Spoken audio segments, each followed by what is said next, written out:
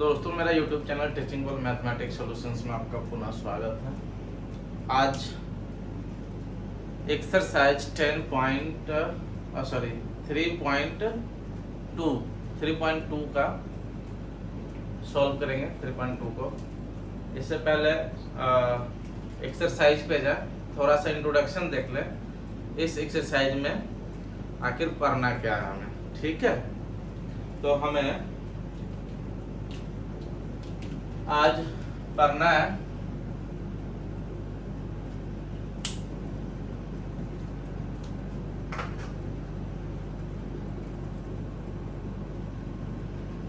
Exercise 3.2। आज हमें पढ़ना है एक्सरसाइज 3.2। 3.2 में मेन रूप से है कि अगर टू वेरिएबल इक्वेशंस है, टू वेरिएबल इक्वेशन है तो दो इक्वेशन होंगे, तो दोनों इक्वेशन का सॉल्व कैसे करें। तो सॉल्व दो तरीके से होते हैं, एक तो अलजेब्रिक तरीके से और एक ग्राफिकली तरीके से, ज्योमेट्रिक तरीके से। ठीक है, ज्योमेट्रिक तरीके से करते हैं तो क्या करते हैं, ग्राफ खींचते हैं और दोनों इक्वेशन का ग्राफ जहां पे इंटरसेक्ट करता है एक दूसरे को, जहां पे इंटरसेक्ट करता है मतलब कि जहां पे काटता है एक दूसरे को, उस पॉइंट पे एक्स एक्सिस के सामने क्या वैल्यू है एंड उस पॉइंट पे वाई एक्सिस के सामने क्या वैल्यू है। तो वही एक्स एक्सिस का वैल्यू एक्स का वैल्यू देता है एंड वाई एक्सिस पर का वैल्यू वाई का वैल्यू देता है, ठीक है।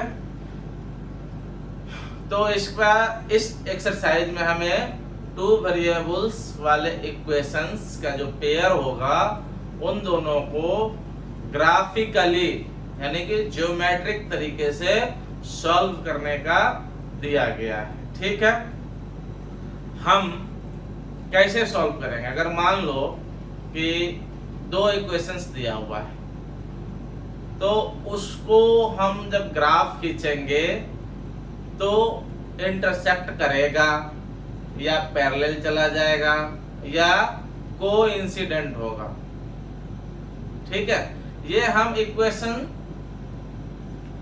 के पहले ही मतलब इक्वेशन लिख के बिना ग्राफ खींचे थोड़ा सा ऑपरेशंस करके हम पता कर सकते हैं कि इसका जो ग्राफ खींचेंगे वो कैसा होगा, ठीक है।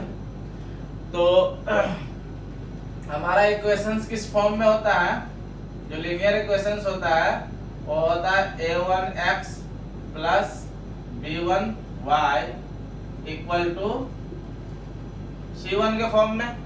ये 1 क्या दिखा रहा है, मतलब इक्वेशन फर्स्ट का a है, इक्वेशन फर्स्ट का b है और इक्वेशन फर्स्ट का c है। इस फॉर्म में होता है। यदि दो वेरिएबल है, देखो यहाँ x एंड y क्या है, वेरिएबल है और ये कांस्टेंट टर्म है।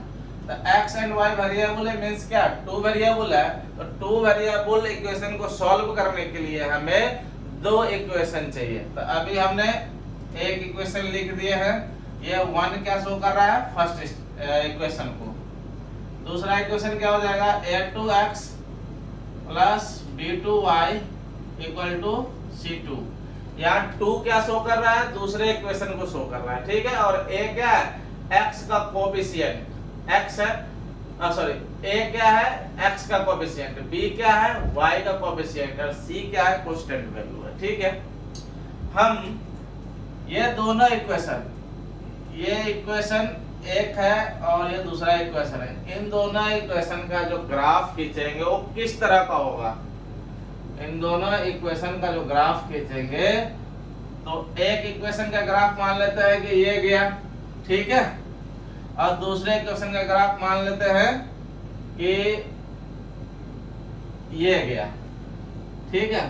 तो ये ग्राफ किसका, ये ग्राफ इसका था, किसका, a1x plus b1y equal to c1 का। और ये ग्राफ किसका है, a2x plus b2y equal to c2 का।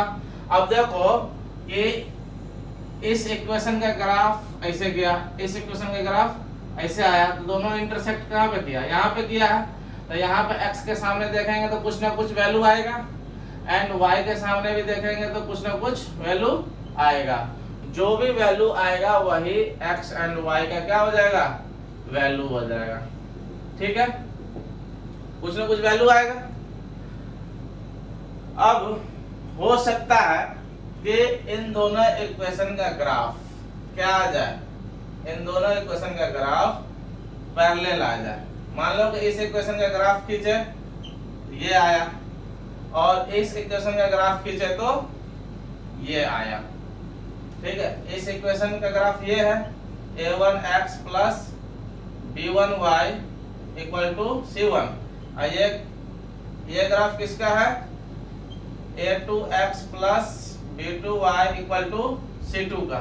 ये पैरेलल चला गया, ये क्या किया, यहाँ पे इंटरसेक्ट किया है, इंटरसेक्ट किया है, मतलब एक दूसरे को क्या किया, कट किया। यहाँ क्या किया है, पैरेलल गया है, यहाँ क्या गया है, पैरेलल गया है। जब पैरेलल जाएगा ना तो इन दोनों इक्वेशन, ये दोनों ग्राफ कहीं पे कटेगा नहीं, जहां पे कटेगा वहीं पे x और y का वैल्यू लेते हैं, तो x एंड y का वैल्यू इसका होता है। यहाँ कट नहीं रहा है, पैरेलल जा रहा है, इसका मतलब है कि इन दोनों इक्वेशंस का सॉल्यूशंस पॉसिबल नहीं है। यहाँ पे सॉल्यूशंस तो आया, x का एक वैल्यू आया, y का एक वैल्यू आया ना, तो यहाँ पे क्या हो जाएगा, यहाँ पे इंटरसेक्टिंग है और क्या है, solutions, only one solutions, only one solution.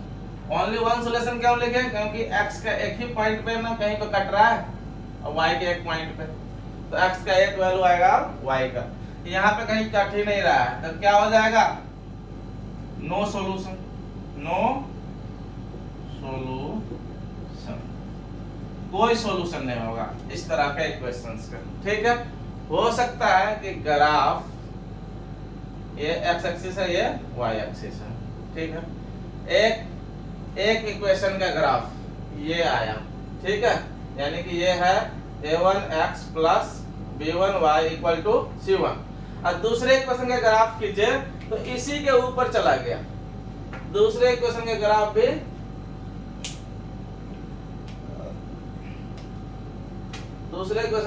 भी इसी के ऊपर चला गया।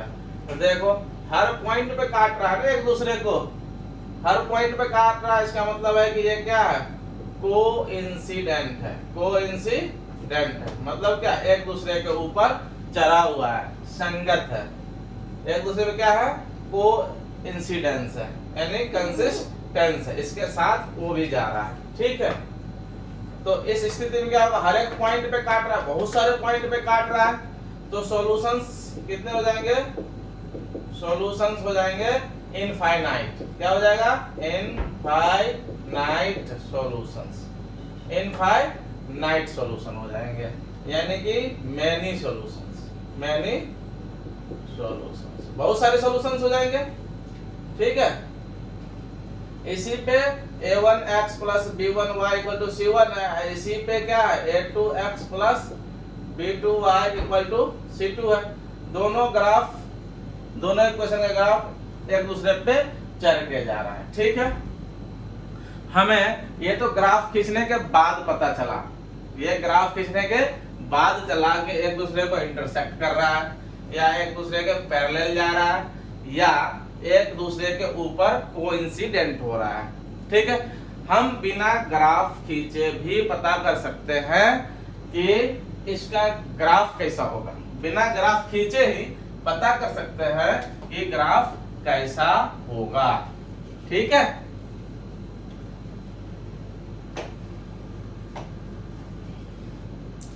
यदि देखो थोड़ा सा ये जानना जरूरी है, x के जो मल्टीप्लाई में होता है इसको a बोलते हैं, y के जो मल्टीप्लाई में होता है इसको b बोलते हैं, और जो x y से फ्री होता है उसको c बोलते हैं। यहाँ दूसरा इक्वेशन का a है तो a2 बोल दिए, दूसरे इक्वेशन का b है तो b2 बोल दिए, और ये क्या है, c2। ठीक है, तो जो हमारा a b एंड c है उसमें a x का कोएफिशिएंट होता है, b y का कोएफिशिएंट होता है, और c कांस्टेंट टर्म होता है। ठीक है, उसमें कोई वेरिएबल टर्म नहीं होता है। ठीक है, समझ में आ गया, कोई दिक्कत नहीं है। तो हम बिना ग्राफ खींचे कैसे कहेंगे कि ये इंटरसेक्ट करेगा या पैरेलल जाएगा या कोइंसिडेंट करेगा। ठीक है, तो हम कर सकते हैं। इसके कोफिशिएंट बता देता है, इसके कोफिशिएंट का रेशियो हमें बताया था। यदि इफ a1 बाय a2 मतलब इतना बट्टे इतना, दो इक्वेशन होंगे, इक्वेशन 1 और इक्वेशन 2। तो इक्वेशन 1 का a और इक्वेशन 2 का a का रेशियो यदि इक्वल ना हो, किसके? b1 बाय b2 के, मतलब इक्वेशन 1 का b और इक्वेशन 2 का b का रेशियो अगर ये दोनों इक्वल ना हो, ठीक है, तो क्या हो जाएगा? इसका ग्राफ्स क्या हो जाएंगे? इंटरसेक्टिंग हो जाएंगे, इंटरसेक्टिंग हो जाएंगे। क्या हो जाएगा? इंटरसेक्टिंग हो जाएगा। इन दो इक्वेशन हमें दिया होगा, दोनों इक्वेशन का a1 बाय a2 निकालेंगे और फिर b1 बाय b2 निकालेंगे, दोनों की वैल्यू देखेंगे। यदि इक्वल नहीं है तो जो इन दोनों इक्वेशन का ग्राफ खींचेंगे, तो इन दोनों इक्वेशन का ग्राफ जो होगा वो क्या होगा? इंटरसेक्टिंग होगा। और इंटरसेक्टिंग होगा तो सॉल्यूशंस कितने मिलेंगे? इंटरसेक्ट करता है तो कितने सॉल्यूशंस? x के सामने एक वैल्यू और y के सामने भी एक वैल्यू देगा, नहीं देगा ना? ये हमारा y है एंड ये हमारा x है। ये ग्राफ, एक ग्राफ ये है, एक ग्राफ ये जा रहा है, एक दूसरे को कहां पे इंटरसेक्ट किया? यहाँ पे। तो x के सामने भी एक वैल्यू देगा और y के सामने भी एक वैल्यू देगा। तो जब इंटरसेक्टिंग हो, दोनों इक्वेशंस इंटरसेक्ट करें, एक दूसरे को काटता है, तो ओनली वन सॉल्यूशन होता है। तो क्या हो जाएगा? Only one solutions possible. ठीक है, ओनली वन सॉल्यूशंस होंगे। ठीक है, यानी x का एक वैल्यू मिलेगा और y का एक वैल्यू मिलेगा। और इस सॉल्यूशंस को क्या बोलेंगे? यूनिक। ये दोनों इसको क्या बोलेंगे? ओनली वन सॉल्यूशन को बोलते हैं यूनिक वैल्यू। यूनिक वैल्यू मतलब x का एक अलग वैल्यू एंड y का एक अलग वैल्यू।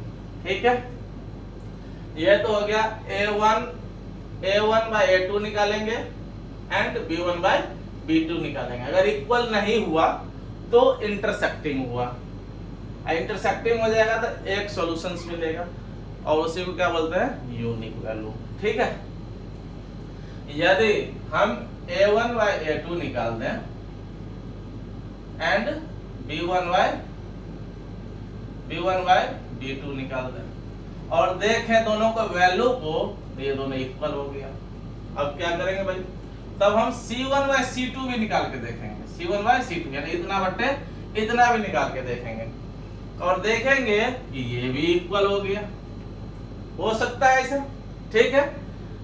इतना बाय इतना, फिर इतना बाय इतना और इतना बाय इतना निकाल के देखे, अगर तीनों का वैल्यू इक्वल हो गया तो क्या हो जाएगा? तो क्या हो जाएगा बताओ भाई, क्या हो जाएगा?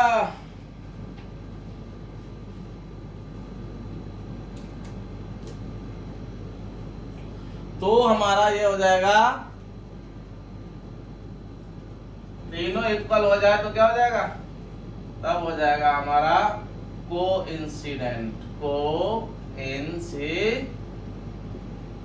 जाएगा। क्या हो जाएगा? ग्राफ्स कोइंसिडेंट हो जाएगा। कोइंसिडेंट मतलब एक दूसरे पे चढ़ जाएगा, और जब एक दूसरे पे चढ़ जाएगा तो कितने सॉल्यूशंस मिलेंगे? इनफाइनाइट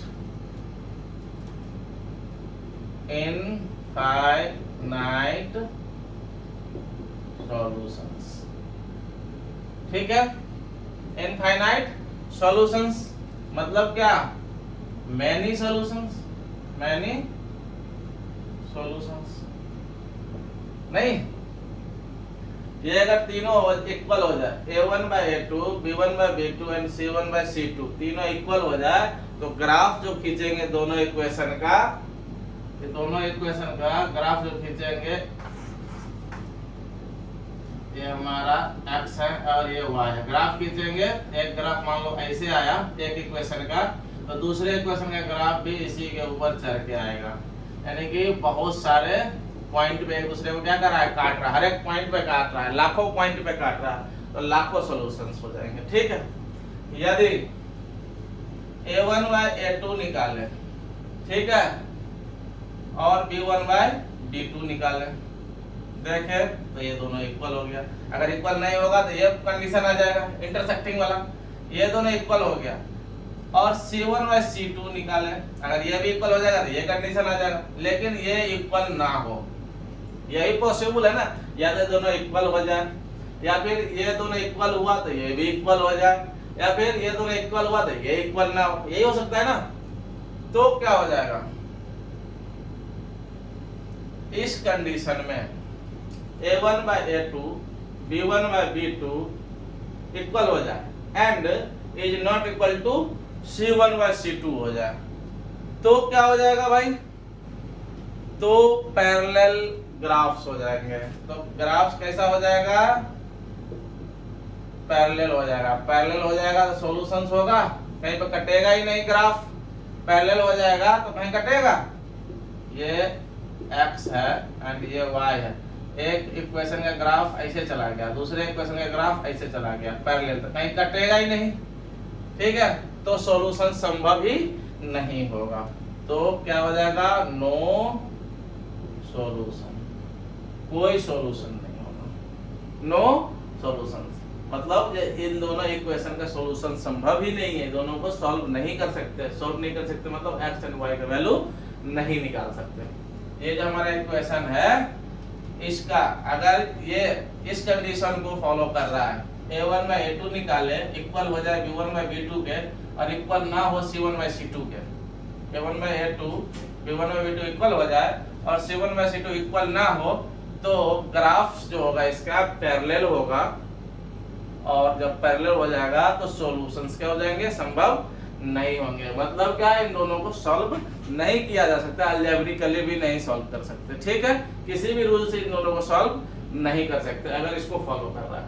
यदि इसको फॉलो कर रहा है, यदि इसको फॉलो कर रहा है, a1 बाय a2 निकाले, यानी कि a1 बाय a2 निकाले, फिर b1 बाय b2 निकाले, b1 बाय b2 निकाले एंड c1 बाय c2 निकाले, तीनों इक्वल हो जाए तो कोइंसिडेंट हो जाएगा और इनफाइनाइट सॉल्यूशंस होगा। ये तो ग्राफ दिखा रहा है कि इनफाइनाइट सॉल्यूशंस होगा कोइंसिडेंट होने पे, लेकिन अलजेब्रिकली भी सॉल्व करेंगे ना तो x एंड y की वैल्यू का कोई अंत ही नहीं होगा, बहुत सारे वैल्यू निकलते जाएगा, निकलते जाएगा, निकलते जाएगा। ठीक है, यदि हम a1 बाय a2 निकाले, a1 बाय a2 और फिर b1 बाय b2 निकाले, और दोनों का वैल्यू को देखें, दोनों का वैल्यू अगर इक्वल नहीं हो रहा है, इसका वैल्यू कुछ अलग, इसका वैल्यू कुछ अलग आया, ठीक है, तो क्या होगा, ग्राफ्स इंटरसेक्टिंग होगा। ग्राफ दोनों इक्वेशन में, इन दोनों इक्वेशन में जो ग्राफ खींचेंगे तो इंटरसेक्टिंग मिलेगा, और इंटरसेक्ट कर लिया तो केवल एक पॉइंट पे इंटरसेक्ट करता है, इसलिए ओनली वन सॉल्यूशन होगा। मतलब x की वैल्यू 1 एंड y की वैल्यू भी 1। वैल्यू 1 का मतलब ये नहीं कि x का वैल्यू 1 आया, मतलब एक ही वैल्यू मिलेगा, एक वैल्यू मिलेगा, चाहे वो वैल्यू कुछ भी। ठीक है, तो ये हमारा कंडीशंस था। अब इसको मान लो कि हम इक्वेशन लेते हैं, मान लो कि हम दो इक्वेशन लेते हैं,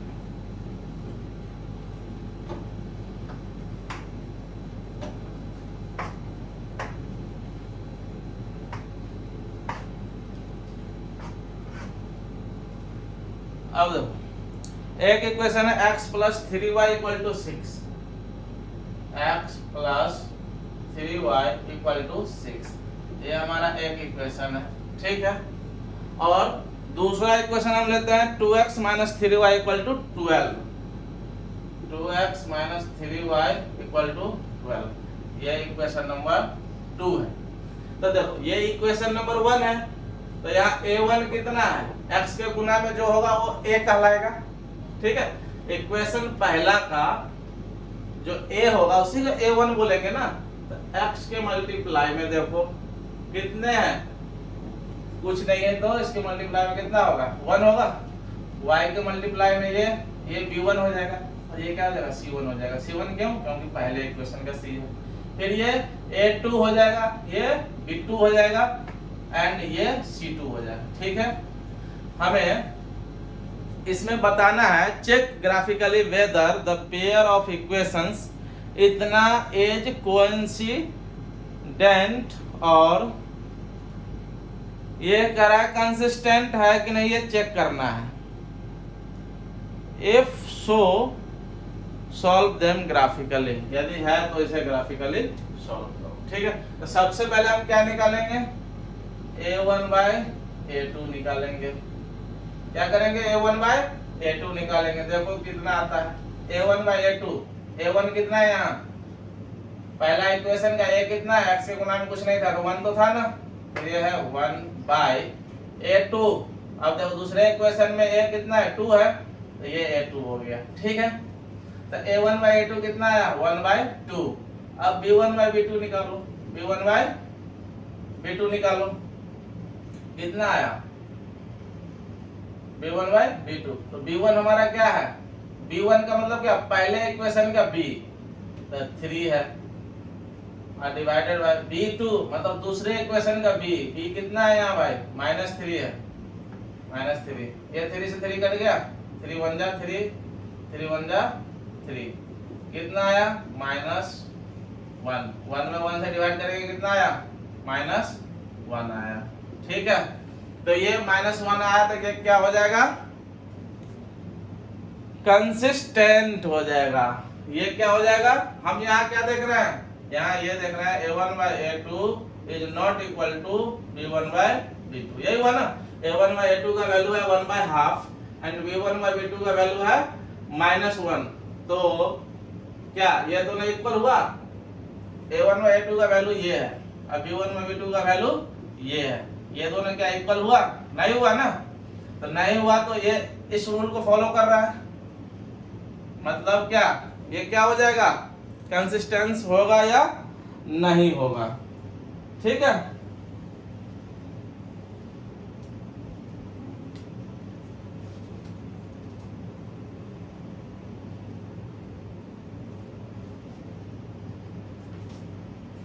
तो ये हो जाएगा कंसिस्टेंस और इसको सॉल्व करना है ग्राफ में, तो हमें तो केवल ये चेक करना था। ठीक है, चलते हैं अब जो एग्जांपल लेंगे और डायरेक्ट एक्सरसाइज पे चलते हैं, और एक्सरसाइज को सॉल्व करते हुए जब आगे बढ़ेंगे तो अपने आप एग्जांपल भी मिल जाएंगे और आपको जानकारी भी मिल जाएगा। तो चलते हैं एक्सरसाइज 3.2 पे।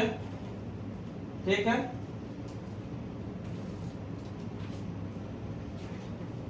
थ्री 3.2 में करा question number first, from the pair of linear equations in the following problems and find their solutions graphically. कह रहा है कि ये जो है फॉर्म करो, बनाओ the pair of linear equations in the following problems, जो नीचे दिए गए प्रॉब्लम्स है उससे लीनियर इक्वेशन बनाओ and find their solutions graphically, और ग्राफिकली सॉल्यूशंस करने हैं। ठीक है, तो क्वेश्चन नंबर 1 का पार्ट फर्स्ट। ठीक है, क्वेश्चन नंबर 1 का पार्ट फर्स्ट कह रहा है 10 students of class 10 took part in the mathematics quiz। कह रहा है एक मैथमेटिक्स क्विज हो रहा है, उसमें 10 स्टूडेंट क्या किया, पार्टिसिपेट किया। ठीक है, कह रहा है if the number of girls, अब इसमें जो 10 स्टूडेंट है तो इसमें गर्ल्स एंड बॉयज दोनों मिलाकर 10 होंगे ना। कह रहा है कि 10 students of class 10 took part in the mathematics quiz। Mathematics quiz में 10 स्टूडेंट क्या कर रहा है, पार्टिसिपेट कर रहा है। तो 10 स्टूडेंट पार्टिसिपेट कर रहा है, इसमें ये नहीं बोला कितने गर्ल्स है और कितने बॉयज है। इसका मतलब है कि गर्ल्स एंड बॉयज सब मिला के कितने हो जाएंगे, 10 हो जाएंगे ना। गर्ल्स एंड बॉयज मिला के 10 हो जाएंगे। हमें नहीं पता कितने गर्ल्स हैं कितने बॉयज है, तो हम मान लेते हैं, क्या मान लेते हैं, let the number of girls be number of girls participate in which भी कितना x मान ले, गर्ल्स का x मान लेते हैं. Let the number of girls participate in which भी x, ठीक है. And the number of boys participate in which क्या कितने be Y. Number of girls हमने x मान लिए कि उस 10 स्टूडेंट में x को गर्ल्स होंगे और y बॉयज होंगे. 10 ही स्टूडेंट पार्टिसिपेट कर रहा तो x एंड y मिला के यानी गर्ल्स एंड y मिला के 10 होना चाहिए ना. Means x number of girls and number of boys कितने हो जाएंगे टोटल, दोनों को ऐड करेंगे कितने हो जाएंगे, 10 हो जाएगा. ये हमारा इक्वेशन फर्स्ट मिल गया, ठीक है. कोई दिक्कत नहीं होना चाहिए. if the number of girls is 4 more than the number of boys, कह रहा है कि जो नंबर ऑफ गर्ल्स है और नंबर ऑफ बॉयज है, कह रहा है कि the number of girls 4 more than the number of boys, कह रहा है बॉयज से 4 ज्यादा है. कौन, गर्ल्स. ये जो गर्ल्स का नंबर है ये बॉयज से 4 ज्यादा है, ये ज्यादा है. यदि इसमें से 4 कम कर दें, हमें इक्वेशन बनाना है यानी कि दोनों के बीच में इक्वेशन इक्वल टू लाना है. ये 4 ज्यादा था किससे, बॉय के संख्या से गर्ल्स की संख्या 4 ज्यादा. तो 4 माइनस कर दिए, गर्ल्स की संख्या में से 4 घटा लिए तो बॉय के संख्या के इक्वल हो जाएगा नहीं. कह रहा है कि number of girls 4 more than the number of boys. Boys से गर्ल्स 4 ज्यादा थी तो 4 कम कर दिए या बॉयज को 4 बढ़ा दिए. बॉयज को 4 बढ़ा दिए तो क्या हो जाएगा, दोनों इक्वल हो जाएंगे. अब ये y को इधर ले आओ तो x minus Y equal to क्या हो जाएगा, 4 हो जाएगा. ये हमारा इक्वेशन बन गया 2, ठीक है. बन गया, कोई प्रॉब्लम नहीं ना. अब कह रहा है कि इक्वेशंस को बनाते हुए, ये प्रॉब्लम से हमने इक्वेशन बना दी है. अब कह रहा है जब इक्वेशन बन जाए तो इसको ग्राफिकली सॉल्व करो. तो ग्राफिकली सॉल्व करने के लिए क्या करते हैं, इक्वेशन फर्स्ट के लिए एक टेबल बनाते हैं.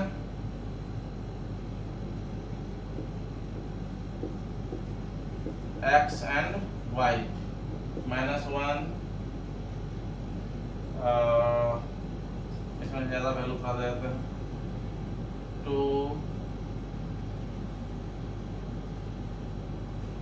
+ 2 3 एंड 4. ये वैल्यू दे दी है हमने. देखो इसमें x की वैल्यू 2 3 4 दे दी है. कुछ भी रख दो, 3 4 5 रख दो, 6 7 8 रख दो, कुछ भी रख दो, ठीक है. अब x में एक बार 2 रखेंगे. यहाँ क्या हो जाएगा, 2 + y इक्वल टू कितना 10. तो यहाँ पे y इक्वल टू क्या हो जाएगा, 10 तो पहले से है, 2 इधर जाएगा तो -2 हो जाएगा. तो y इक्वल टू कितना हो जाएगा, 10 - 2 कितना हो जाएगा 8. x की वैल्यू 2 रखे तो y की वैल्यू कितना आया 8, ठीक है. अब x की वैल्यू 3 रखते हैं. यहाँ 3 + y इक्वल टू 10. तो y को इधर ही रखो, 3 उधर जाएगा माइनस हो जाएगा, 10 - 3 तो y इक्वल टू कितना है, 10 में से 3 गया 7. ये हो गया 7. अब x की वैल्यू 4 रख दो. यहाँ हो जाएगा 4 + y इक्वल टू 10. इसलिए y equal to 10 - 4. y equal to 10 में से 4 गया कितना हो जाएगा 6. हो गया 6. तो इक्वेशन फर्स्ट के हमने वैल्यू टेबल, क्या है ये, वैल्यू टेबल फर्स्ट हमने कंप्लीट कर दिया. अब इक्वेशन 2 का वैल्यू टेबल बनाएंगे. कब यहाँ बना ले, चलो ये वैल्यू टेबल नंबर 2 है, एक्स वाई, ये वैल्यू टेबल नंबर 2। अपना मान से इसमें रख दो, कुछ भी इसमें वही रख दे, 2 3 4, इसमें 2 3 4 रखा था, उसमें भी 2 3 4 रख दिए, कोई दिक्कत नहीं। अब इसमें इक्वेशन 2 में पुट करेंगे, ये 2 यहाँ 2 पुट करेंगे तो 2 माइनस वाई इक्वल टू 4। अब ये माइनस वाई इक्वल टू 2 उधर जाएगा, प्लस में 2 है ना, इसके पीछे देखते हैं, तो 4 प्लस में 2 है, उधर जाएगा तो माइनस 2 हो जाएगा, तो माइनस वाई इक्वल टू कितना हो जाएगा, 4 में से 2 गया 2, ये माइनस उधर चला जाएगा, तो वाई इक्वल टू क्या हो जाएगा, माइनस 2। ठीक है, यहाँ आ गया माइनस 2। अब 3 रखेंगे यहाँ इसमें, तो ये 3 माइनस वाई इक्वल टू कितना हो जाएगा 4, 3 उधर जाएगा तो इधर बच जाएगा minus Y equal to 4 minus 3, minus Y equal to 4 में से 3 गया कितना हो जाएगा 1, इसलिए वाई इक्वल टू ये माइनस उधर जाएगा तो माइनस 1 हो जाएगा, ये हो गया माइनस 1। ठीक है, अब 4 रखेंगे इसमें, तो ये हो जाएगा 4 माइनस वाई इक्वल टू 4, 4 उधर जाएगा, इधर माइनस वाई बच जाएगा, 4 माइनस 4, तो माइनस वाई इक्वल टू 4 में से 4 गया कितना 0, और माइनस उधर 0 में जाकर क्या कर देगा, ये भी 0 हो जाएगा। ठीक, तो वाई की वैल्यू 0। हमारा दोनों टेबल कंप्लीटेड है। अब हम क्या करेंगे भाई, ग्राफ खींचेंगे। अब हम क्या करेंगे, ग्राफ खींचेंगे।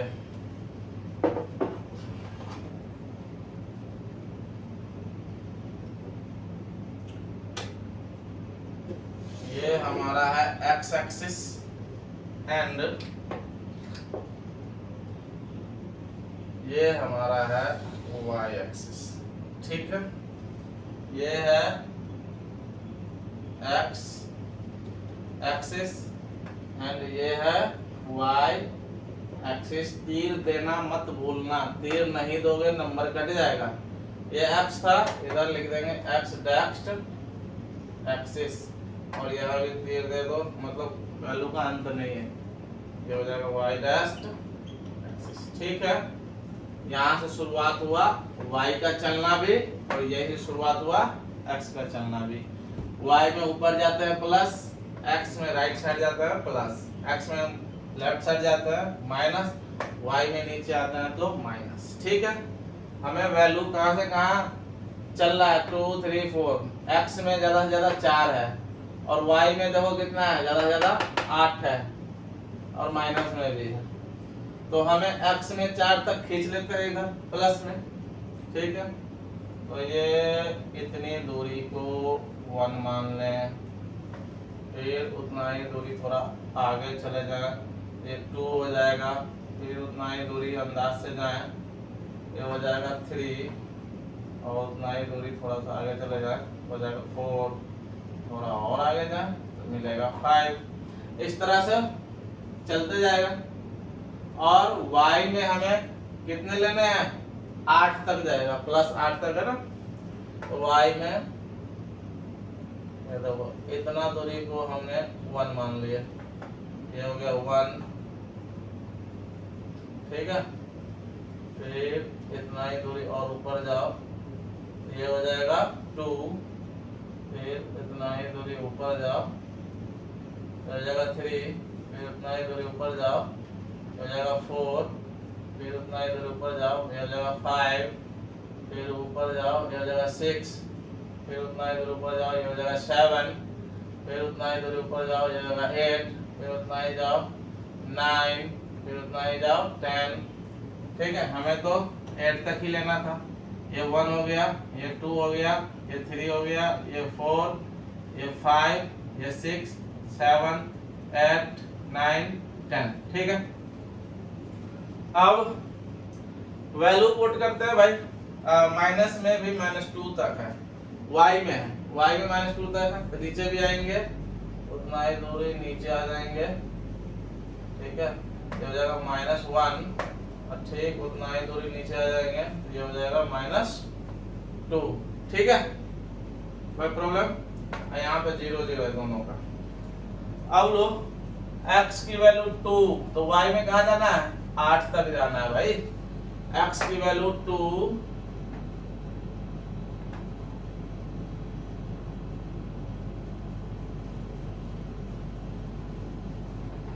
y की वैल्यू कहां तक जाना है, y में 8 के सामने तक। ये देखो इस पॉइंट से देखो x एक्सिस पे 2 के सामने है, इस पॉइंट से देखो y एक्सिस पे 8 के सामने है। इसका मतलब ये पॉइंट 2 और 8 का है। कौन सा पॉइंट, ये पॉइंट। ठीक है, अब x में 3 तो y में 7, x में 3 यहाँ है तो y में कहां तक जाना है भाई, x में 3 के सामने एंड y में 8 के सामने। ये पॉइंट है, ये पॉइंट x में 3 के सामने और y में 7 के सामने। ये हो जाएगा 3 एंड 7 का पॉइंट। कौन सा, ये पॉइंट। ठीक है, अब आ जा x में 4 y में 6, x में 4 तो y में 6 के सामने जाना है। 4 y में 6 कहाँ है भाई, y में 6 इसके सामने, यानी कि हमें ये पॉइंट जो मिला वो x में 4 के सामने और y में 6 के सामने। तो ये पॉइंट 4 एंड 6 का है। अब इन तीनों को मिला देते हैं, इन तीनों को मिला देते हैं तो यही हमारा ग्राफ हो जाएगा।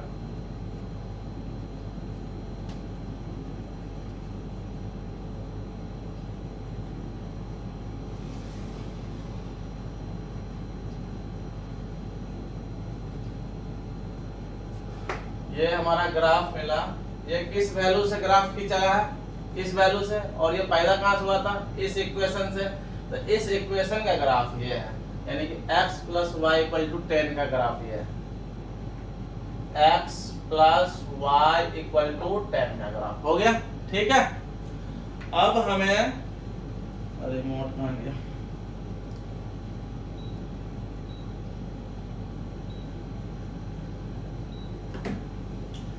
अब इस वैल्यू को पुट करते हैं ग्राफ में। x में 2 तो y में भी 2, x में 2 तो y में -2 है, -2 है। x में 2 के सामने, y में -2 के सामने। x में 2 यहाँ है, y में -2 का है, नीचे है ना, यहाँ देखो, यहाँ है, देखो यहाँ पे आया, यहाँ पे देखो ये पॉइंट जो है x में +2 के सामने है, y में -2 के सामने है, ये पॉइंट। ठीक है, तो ये हो गया किसका, x में 2 और y में -2 का। ठीक है, ये लिखना जरूरी है पॉइंट। ठीक है, अब x में 3 y में -1, x में 3 और y में किसके सामने जाना है भाई, -1 के, -1 कहाँ है, y में, यहाँ पे आएगा। ठीक है, तो ये कितने का है, 3 एंड -1 का है। ठीक है, अब x में 4 y में 0, x में 4 यहाँ है और y में 0, मतलब ना ऊपर जाना है ना नीचे जाना है। x में 4 यहाँ है और y में ना ऊपर गया ना नीचे गया, तो ये 0 है ना, x एक्सिस पे y का वैल्यू क्या होता है, 0। तो ये हो गया कितने का, 4 एंड 0 का। x में 4 है और y में 0। अब इन दोनों पॉइंट को मिला दो,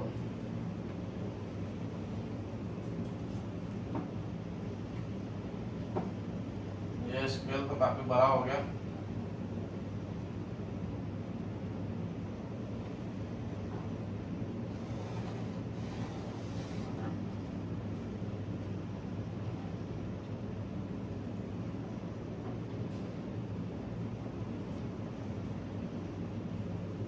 अब देखो ये जो ग्राफ खिंचाया है किस इक्वेशन का है, इक्वेशन नंबर 2 का है, x - y = 4 का, क्योंकि इस वैल्यू का है। ये वैल्यू कहां से आया था, इससे आया था, x - y = 4 का। ये है x - y = 4। अब देखो दोनों ग्राफ कहां कटा है, यहाँ पे कट गया है, दोनों ग्राफ कट गया है। तो यहीं पे जो x की वैल्यू होगा नीचे में,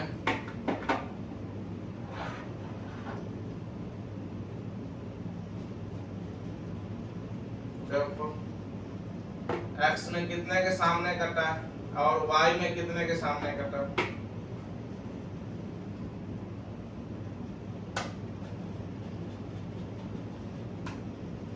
देखो x में यहाँ तक 1 था, 2 था, 3 था, 4 था और यहाँ पे 5 था और थोड़ा और आगे जाएंगे तो ये कितने हो जाएंगे, ये 6 हो जाएगा और ये कितने हो जाएगा 7। x में देखो कितने पे कटा है 7 पे एंड y में कितने पे कटा है 3 पे। x में कट गया 7 पे और y में कट गया कितने पे 3 पे। तो x की वैल्यू 7 आया एंड y की वैल्यू 3 आया। अब देखो x क्या माने थे हमने, let the number of girls participate in the quiz be x, यानी कि गर्ल्स का संख्या x है, यानी कि गर्ल्स कितने थे क्विज में 7 एंड y क्या माने थे, नंबर ऑफ बॉयज माने थे, तो बॉयज की संख्या कितना निकला है 3 निकला है। तो ये 7 लड़की 7 गर्ल्स एंड 3 बॉयज दोनों मिला के कितने हो गए 10 हो गए ना। और क्विज में टोटल स्टूडेंट कितने थे, गर्ल्स एंड बॉयज मिला के कितने थे 10 थे। इसका मतलब है कि जो हमारा आंसर आया x एंड y का वो क्या है, बिल्कुल सही है। ठीक है, ये सॉल्यूशन हो गया हमारा। अब नीचे में हम एक लाइन लिख देंगे, सबसे नीचे हमारे पास तो जगह है नहीं, हम मिटा के लिख देते हैं, इसको मिटा देते हैं। यहाँ पे लिखेंगे baby number of girls in quiz equal to 7 hence लिखते हैं। ठीक है, क्योंकि सॉल्यूशन हो गया। And number of boys in quiz कितना था 3। ठीक है, ये हमारा आंसर निकल गया। ठीक है, तो ये हमारा एग्जैक्ट आंसर इसलिए निकल गया है बिकॉज ऑफ जो हम दूरी ले रहे हैं ना बिल्कुल सेम ले रहे हैं। ये मुझे अंदाजा है, मुझे सेम दूरी की एक अंदाज है और ये भी सीधा हमने पटरे से खींचा है, इसलिए एग्जैक्ट आंसर हमारा निकल गया है। जो हमने वैल्यू निकाले थे वो भी सही था, अगर गलत रहता तो ये टेढ़ा टारी हो जाता और ये लीनियर इक्वेशन का ग्राफ नहीं हो पाता। ठीक है, तो आप भी प्रैक्टिस करो, आपके भी फ्री हैंड से आंसर सही निकलेगा। ठीक है, क्वेश्चन नंबर फर्स्ट का पार्ट फर्स्ट कंप्लीट हो गया। अब क्वेश्चन नंबर फर्स्ट का ही पार्ट सेकंड देखते हैं। ठीक है, इसको मिटा दें, मिटा देते हैं।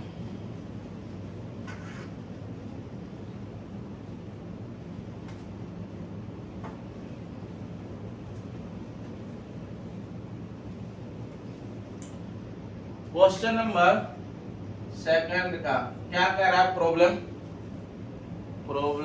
कहाँ गया, प्रॉब्लम ये है 5 pencils and 7 pens together cost 50। कह रहा है 5 पेंसिल का 5 पेंसिल और 7 पेन्स दोनों को मिला दिया जाए तो कॉस्ट होता है 50। Whereas 7 pencils and 5 pens, अब उल्टा कर दिया, यहाँ पे 5 पेंसिल खरीदा था और 7 पेन खरीदा था। अब कह रहा है कि 7 पेन खरीद रहे हैं, सॉरी 7 पेंसिल खरीद रहे हैं और 5 पेन खरीद रहे हैं, तो कॉस्ट हो गया 46। Find the cost of 1 pencil and that of 1 pen. कह रहा है 1 पेंसिल और 1 पेन की कॉस्ट निकालो। तो हमें अगर 1 पेन और 1 पेंसिल का कॉस्ट पता हो तो जितना कहेगा उतना का निकाल लेंगे। अगर मान लो कि एक पेन की कीमत 5 रुपए है, पूछ दे कि 2 पेन की कीमत कितने हो जाएंगे, अगर 1 पेन की कॉस्ट 5 रुपीज है तो 2 पेन की कॉस्ट कितने हो जाएंगे, तो 5 2 जा 10 हो जाएगा। 3 पेन का पूछेगा, एक पेन का पता हो 5 तो 3 से मल्टीप्लाई कर देंगे। ठीक है, तो 5 3 जा 15, यानी कि हमें कॉस्ट कितने की पता होनी चाहिए, हमें कॉस्ट पता होनी चाहिए वन पेन या वन पेंसिल्स या वन ऑब्जेक्ट का, कोई भी ऑब्जेक्ट है उसकी एक की कीमत हमें पता होनी चाहिए। हमें ना तो पेन की कीमत पता है एक पेन की, ना ही एक पेंसिल की कीमत पता है, ठीक है। तो हम मान लेते हैं कि एक पेंसिल की कीमत x रुपये है और एक पेन की कीमत y रुपीज है, ठीक है। Let the cost of one pencil, let the cost of one pencil be x rupees. एक पेंसिल की कीमत हमने x मान लिया, अब जितने का पूछेगा उतने से मल्टीप्लाई कर देंगे, ठीक है। And the cost of one pen be कितना y रुपीज, ठीक है। अब अकॉर्डिंग टू क्वेश्चन कह रहा है पहली लाइन में कि 5 पेंसिल्स एंड 7 पेन्स खरीदा है। 5 पेंसिल खरीदा है, एक पेंसिल का कॉस्ट है x रुपये, तो 5 पेंसिल का कितना हो जाएंगे 5x हो जाएंगे, ठीक है। 5 पेंसिल्स खरीदा है, 7 पेन खरीदा है, 7 पेन खरीदा है। एक पेन की कीमत y, तो 7 पेन की कीमत कितना 7y, ठीक है। अब कह रहा है कि दोनों मिला के उसने पैसे कितने दिए हैं 50 रुपीज पे किए, यानी कि दोनों को मिला दिया है। ये तो हमें पैसा निकल गया ना खर्चा, एक पेन का x, तो 5 पेन का 5x, ये तो रुपए हो गया। सॉरी, एक पेंसिल का x रुपीज, तो 5 पेंसिल का 5x रुपीज, तो ये रुपए हो गया। और ये एक पेंसिल का, एक पेन का y, तो 7 पेन का कितना हो जाएगा 7y खर्चा होगा। यानी कि पेंसिल का कॉस्ट एंड पेन का कॉस्ट दोनों को मिला के दुकानदार को कितने दिए 50 रुपीज दिए। ये इक्वेशन फर्स्ट हमारा क्रिएट हो गया ना। अब उल्टा किया है, अब क्या कर दिया, या 5 पेंसिल खरीदा था ना, अब क्या कर दिया 7 पेंसिल खरीदा है। तो एक पेंसिल का x रुपीज है, तो 7 पेंसिल का कितना हो जाएंगे 7x। और अब क्या किया है, ये 5 पहले पेंसिल खरीदा था, अब क्या किया है इसने 7 पेंसिल खरीदा है। और 7 जो पेन खरीदा था, 5 तो यहाँ पे पेंसिल खरीदा था, अब 5 पेन खरीद रहा है। एक पेन की कीमत y रुपीज है, अब 5 पेन खरीद रहा है, तो 5y हो गया। अब दोनों को मिला के जो दिया है पैसे कितना दिया है 46 रुपीज दिया है। ये क्वेश्चन 2 बन गया, ठीक है। कह रहा है पहले 5 पेंसिल खरीदा और 7 पेन खरीदा, पहले 5 पेंसिल और 7 पेन खरीदा, फिर बाद में 7 पेंसिल खरीदा है और 5 पेन खरीदा है, ठीक है। तो मिला के दिया है 46। Find the cost of pencil and that of the one pen. कह रहा है एक पेंसिल और एक पेन की कीमत, इसको सॉल्व करना है। पहले ही बोल दिया कि ग्राफिकली सॉल्व करना है, ठीक है।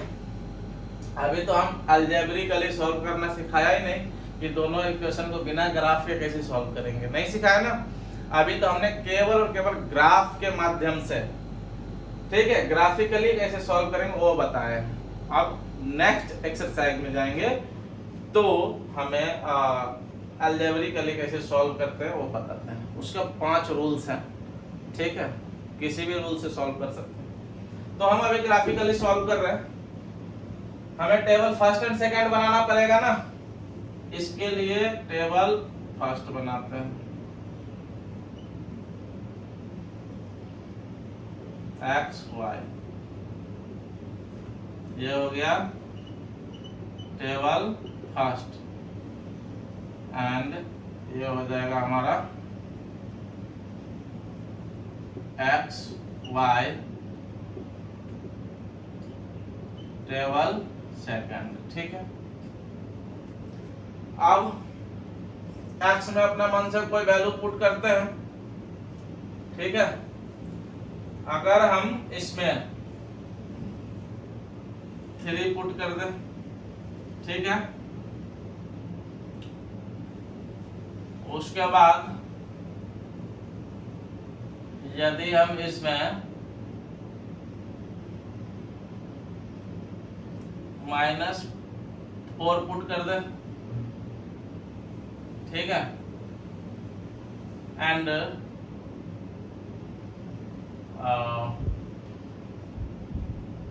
इसमें हम पुट कर दें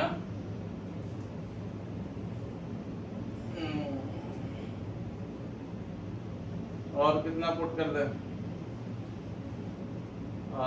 कुछ भी पुट कर सकते हो, हम थोड़ा ऐसा ले रहे हैं कि थोड़ा पूरा पूरा डिजिट आ जाए, ठीक है। तो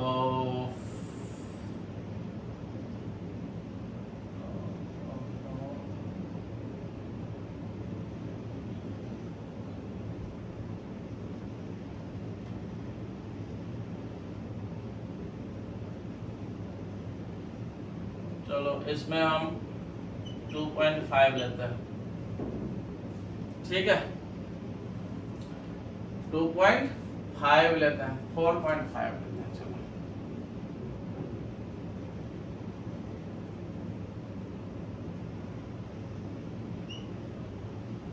4.5 लेते हैं। अब इसमें पुट करते हैं, पहले 3 पुट करते हैं, तो क्या हो जाएगा ये 5 into 3 plus 7y equal to 5050। अब मैंने सोच के लिया, ये आप लोग सोच के मत लो, कुछ भी रख दो, हमने ये लिया कि पूरा पूरा नंबर आ जाए, ठीक है। ये देखो 5 3 का कितना हो जाएगा, ये 15 प्लस 7y इक्वल टू 50। ये 15 उधर जाके क्या हो जाएगा, माइनस हो जाएगा ना, 7y इक्वल टू कितना हो जाएगा 50 माइनस 15 15 में है, 15 प्लस में है, इधर आएगा माइनस में हो जाएगा, ठीक। 7y इक्वल टू 50 माइनस 15 कितना हो जाएगा 35, ये 7 से कट जाएगा, 7 5 जा 35, तो y इक्वल टू कितना निकला 5, यहाँ पर y निकल गया हमें 5, ठीक है। अब ये x के जगह हमें कितना पुट करना है -4, तो 5 into -4 plus 7y equal to 50, ये कितना हो जाएगा 5 4 जाएगा -20 प्लस 7y इक्वल टू 50 -20 उधर जाएगा, इधर बच जाएगा 7y equal to 50 plus 20, 7y equal to 50 में 50 और 20 कितना हो जाएगा 70, 7 से कट जाएगा, 7 10 जा y इक्वल टू कितना हो जाएगा 10, y इक्वल टू 10, ठीक है। अब क्या पुट करना बच गया 4.5 ना, यहाँ पर रखेंगे 4.5, तो 5 इंटू 4.5 मतलब क्या 4.5, और 4.5 कितना होता है, चलो 4.5 ही रखो, 4.5, ठीक है। 5 इंटू x का वैल्यू रख दिए 4.5 प्लस 7y इक्वल टू 50। अब देखो दोनों को मल्टीप्लाई करो, कितना हो जाएगा, ये दोनों को मल्टीप्लाई करेंगे कितना हो जाएगा भाई,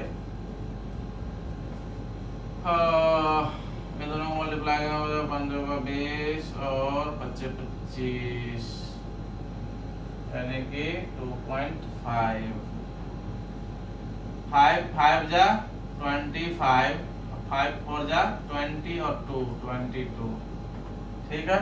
एक डिजिट बाद पॉइंट था, 1 डिजिट बाद पॉइंट दे दिए, प्लस 7y इक्वल टू 50, ये देखो सारे y उधर जाएगा, तो ये इधर 7y बच जाएगा, 7y equal to 50 minus 22.5, 7y equal to 50 में से 22 जाएगा, कितना हो जाएगा भाई 50 में से 22 जाएगा 28 में से 0.5 जाएगा, कितना हो जाएगा 27.5, 7 से काटेंगे कितना आएगा भाई, 7 4 जा 28 आता है ना, अगर 28 यहाँ कितना है 27.5 है, और ये 7 4 जा कितना था 28, यानी कि लगभग 4 के इक्वल है, लगभग 4 के इक्वल है, कितना इसको मान लो 3.99, ठीक है, यानी कि 4 से 0.1 कम, लगभग, ये नियर बाय हमने लिया है, एग्जैक्ट वैल्यू नहीं है क्योंकि हमने डिवाइड दिया ही नहीं, ठीक है। तो ये टेबल हमारा कंप्लीट हो गया 3.99, ओके। अब इक्वेशन 2 में वैल्यू पुट करेंगे, अब देखो हम वैल्यू आराम से कितना रख दें, चलो 2 3 4 रख दिए, ठीक है। ना मंजर रख दिया कुछ भी। अब यहाँ इक्वेशन 2 से चलेंगे, ठीक है ना। ये इक्वेशन फर्स्ट से चले थे, ठीक है। अब इक्वेशन 2 से, तो x के जगह कितना रखना है, 2 रखना है। 7 into 2 plus 5y equal to 46, ठीक है। 7 2 जा 14 प्लस 5y इक्वल टू 46, ठीक है। ये 14 उधर ले जाओ, इधर बच जाएगा 5y इक्वल टू 46 माइनस 14, ये कितना हो जाएगा, 5y इक्वल टू 46 में से 14 जाएगा, कितना हो जाएगा भाई 32। 5 से काट दो इसको, तो 5 6 जा 30, 2 बच जाएगा 20, 5 4 जा 20, 6 पॉइंट कितना आया 4, y का वैल्यू आया 6.4, y का वैल्यू आया 6.4, ठीक है। अब x की वैल्यू कितना रखना है हमें, x की वैल्यू 3 रखना है, तो ये 7 into 3 plus 5y equal to 46, ये कितना हो जाएगा 21, ये हो गया 21 प्लस 5y इक्वल टू 46, ये 21 उधर जाएगा घट जाएगा, इधर बच गया 5y इक्वल टू 46 माइनस 21, तो 5y इक्वल टू 46 में से 21 हो जाएगा, 6 में से 1 जाएगा, कितना हो जाएगा 5, और ये 5 4 में से 2 गया 2, ये तो पूरा पूरा कट गया भाई। ये y का वैल्यू कितना आ गया 5, तो y का वैल्यू आ गया यहाँ 5, ठीक है। यहाँ भी x3 एंड ये देखो कॉमन है, मतलब एक ही पॉइंट से दोनों जा रहा है, मतलब यहीं पे कटेगा। x के वैल्यू यहीं से हम बिना ग्राफ खींचे, देखो यहाँ भी 3 एंड 5 है, इसका ग्राफ खींचेंगे 3 5 एक पॉइंट होगा, इसका भी ग्राफ खींचेंगे 3.35 एक पॉइंट होगा, यानी कि दोनों एक ही जगह पे इसी पॉइंट पे मिल रहा है ना। तो x की वैल्यू यही हो जाएगा और y की वैल्यू यही हो जाएगा, ग्राफ यदि खींचेंगे तो। देखो ग्राफ खींचेंगे बाद में, अभी तो ये हमने बता दिए पहले। अब हमें x की वैल्यू कितना लेना है 4, 7 into 4 plus 5y equal to 46, कितना हो जाएगा 28 प्लस 5y इक्वल टू 46, 28 उधर जाएगा माइनस हो जाएगा, इधर 5y equal to 46 minus 28, 5y equal to कितना हो जाएगा भाई 18, इसलिए ये 5 से काट दो, 5 3 जा 15, 5 6 जा 30, y इक्वल टू 3.6, ये आया 3.6, ठीक है। ये हमारा टेबल कंप्लीट है। टेबल कंप्लीट हो गया, तो बचता क्या है भाई, ग्राफ खींचना बचता है। तो अब ग्राफ खींचो,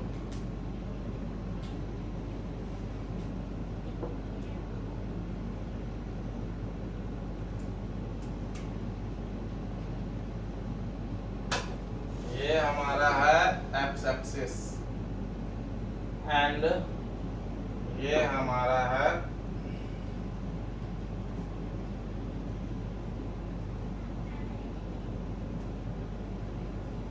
y एक्सिस, ठीक है।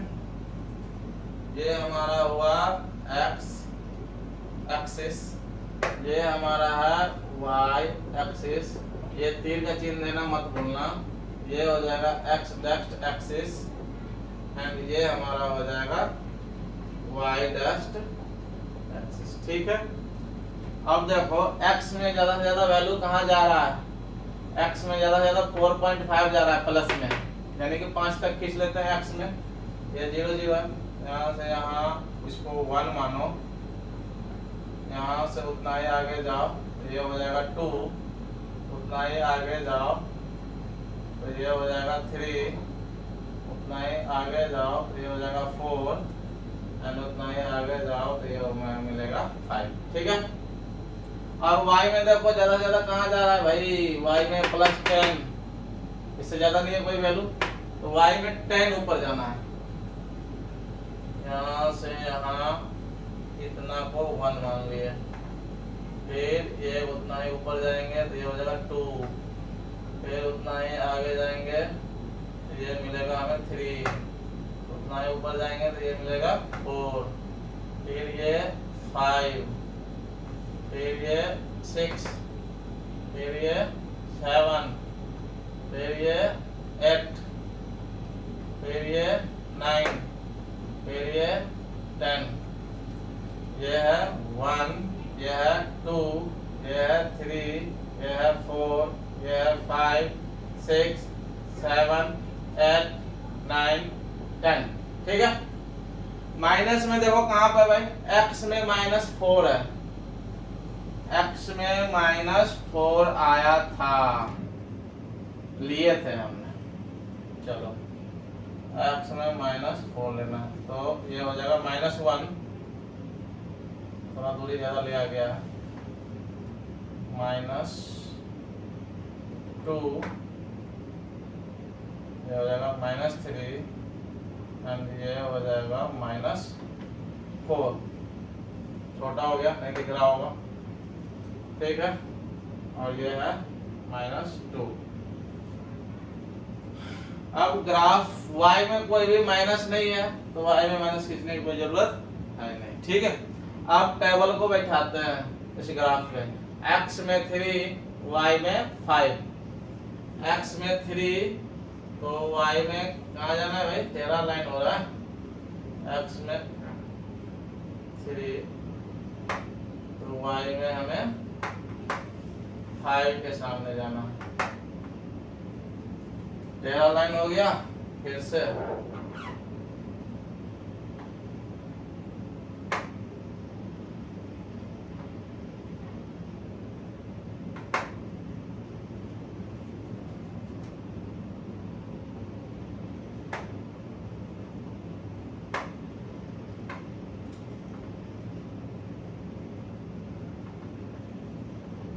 ये देखो, यहाँ से देखो x की तरफ 3 के सामने है, y की तरफ 5 के सामने है, तो ये 3 एंड 5 का पॉइंट है, ये पॉइंट, ठीक है।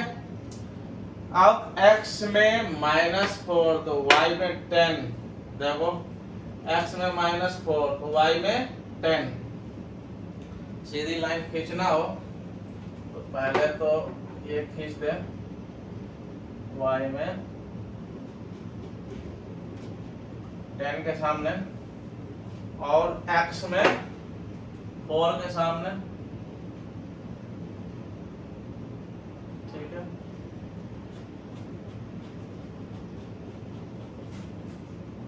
देखो आ गया, इस पॉइंट से देखो, यहां से y में 4 के सामने 10 के सामने है और x में कितने के सामने है, 4 के सामने है, थोड़ा टेढ़ा तो नहीं हो गया, थोड़ी सी ऊपर में टेढ़ा हो गया, चलो कोई नहीं, यहाँ पे ले लेते हैं। तो ये हमारा x में -4 और y में 10 है, ठीक है। अब देखो x में कितना है, 4.5 प्लस में 4.5 कहाँ आएगा, यहाँ पे आएगा आधे में, तो y में कहाँ तक जाना है, 4 तक जाना है।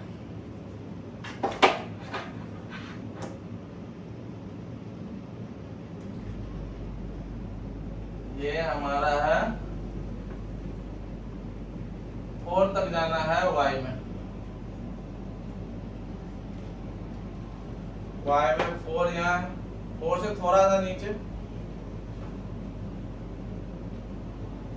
ठीक है।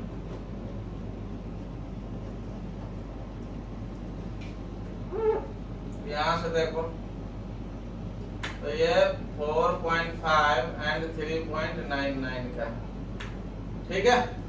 अब तीनों पॉइंट को मिला दो, तीनों पॉइंट को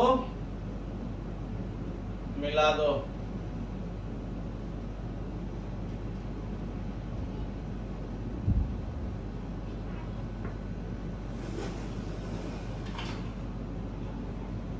तीनों पॉइंट को क्या किए, मिला दिए, ठीक है।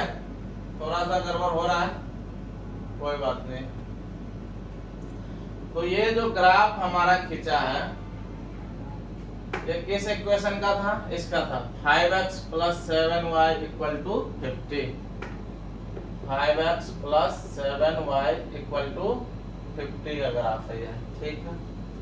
अब हम इसका ग्राफ खींचेंगे 2 एंड 6.4, x में 2, तो y में कहा जाना है, 6.4 तक जाना है,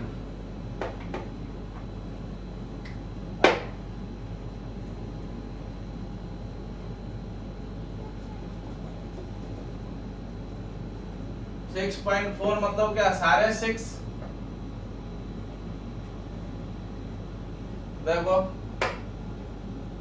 ये आएगा ना हाफ के आसपास, ये पॉइंट आया, ये हमारा आया 2 and 6.4 का। समझ में आ रहा है कि नहीं?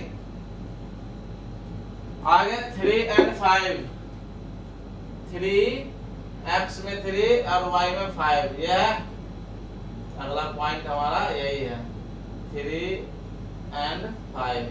ठीक है,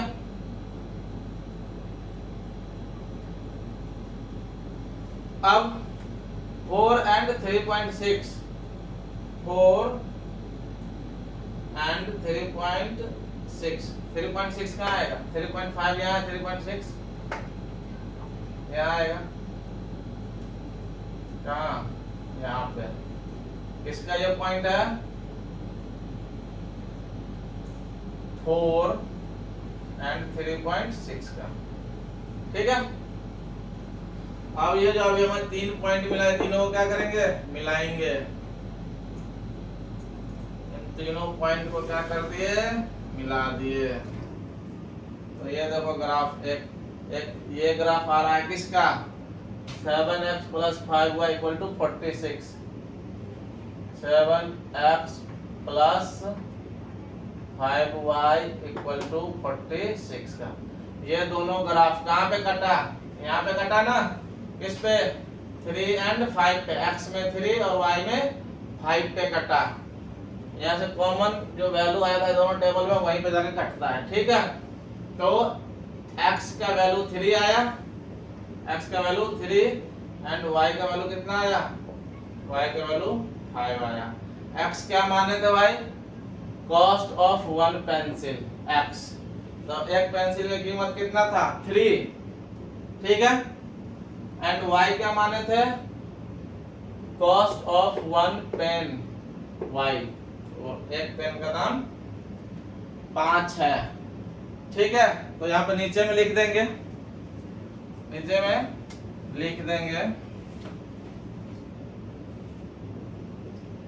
द कॉस्ट ऑफ 1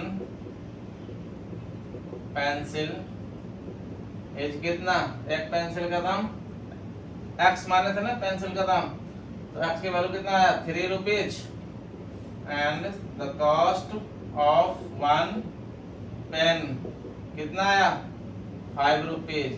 अब जो पहला क्वेश्चन था, कह रहा था 5 पेंसिल खरीदा था, 5 पेंसिल खरीदा था, तो 5 पेंसिल, एक पेंसिल का दाम कितना है, 3, तो 5 पेंसिल का, एक पेंसिल का दाम 3, तो 5 पेंसिल का कितना, 5 × 3, फिर प्लस एक पेन का दाम है 5, तो कितने पेन खरीदा था, 7 ना, 7 × 5, टोटल पैसा कितना दिया था, 50।